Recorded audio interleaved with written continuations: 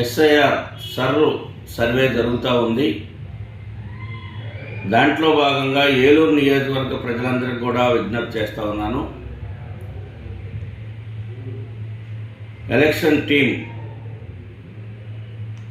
Commission పంపించినటువంటి team ప్రతి ఒక్క ఇంటికి కూడా వచ్చి, దాంతోపాటు రాజకీయ పార్టీ ప్రతినిధులు, బూత్ లెవెల్ ఏజెంట్స్ కూడా వస్తూ ఉన్నారు.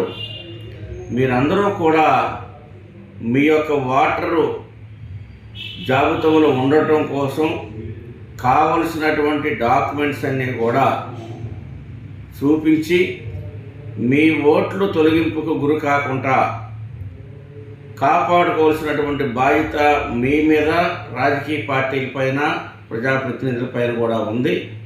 ప్రధానంగా మీరు బాధ్యత తీసుకోవాలి.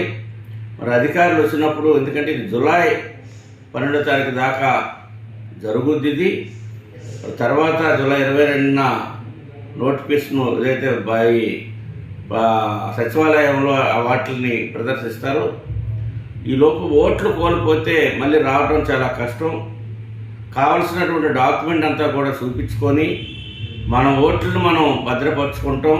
ప్రజాస్వామ్యం ఉండాలంటే ప్రతి ఒక్క పౌరులు కూడా ఓటర్గా నమోదై ఉండాలి. అదేవిధంగా లేనటువంటి వారు ఎవరైనా ఉంటే వారికి ఉన్నటువంటి డాక్యుమెంట్స్ అన్నీ కూడా సబ్మిట్ చేసి మళ్ళీ ఓట్లని ఎన్రోల్మెంట్ చేయించుకోవాల్సిందిగా తెలియజేస్తూ ఉన్నాను. ఎందుకంటే చాలా ముఖ్యమైనటువంటి విషయం ఇది.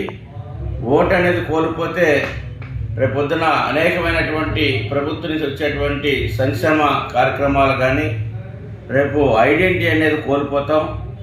దానికి గురి కాకుండా మరి మహిళా సోదరులు కానీ, పురుషులు కానీ, మేధావి వర్గాలు కానీ, అదేవిధంగా విద్యార్థులు 12 సంవత్సరాలు నిండినటువంటి ప్రతి ఒక్కరు కూడా ఓటు నమోదు చేసుకోవడం కోసం ప్రయత్నం చేయాలి.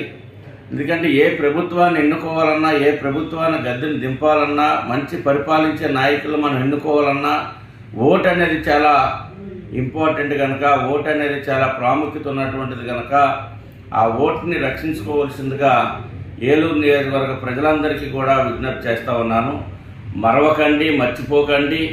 ఈ యొక్క నెల 10 రోజులు అందరూ కూడా దృష్టిలో పెట్టుకొని అధికారులు వచ్చినప్పుడు మీకున్నటువంటి వాళ్ళు అడిగేటువంటి ప్రశ్నలకి, వాళ్ళు అడిగేటువంటి వెరిఫికేషన్కి మన డాక్యుమెంట్ సబ్మిట్ చేయవలసిందిగా తెలియజేస్తూ ఉన్నాను. ఇట్లు మీరు రెడ్డప్ప నాయుడు, జనసేన పార్టీ ఏలూరు నియోజకవర్గ ఇన్ఛార్జ్.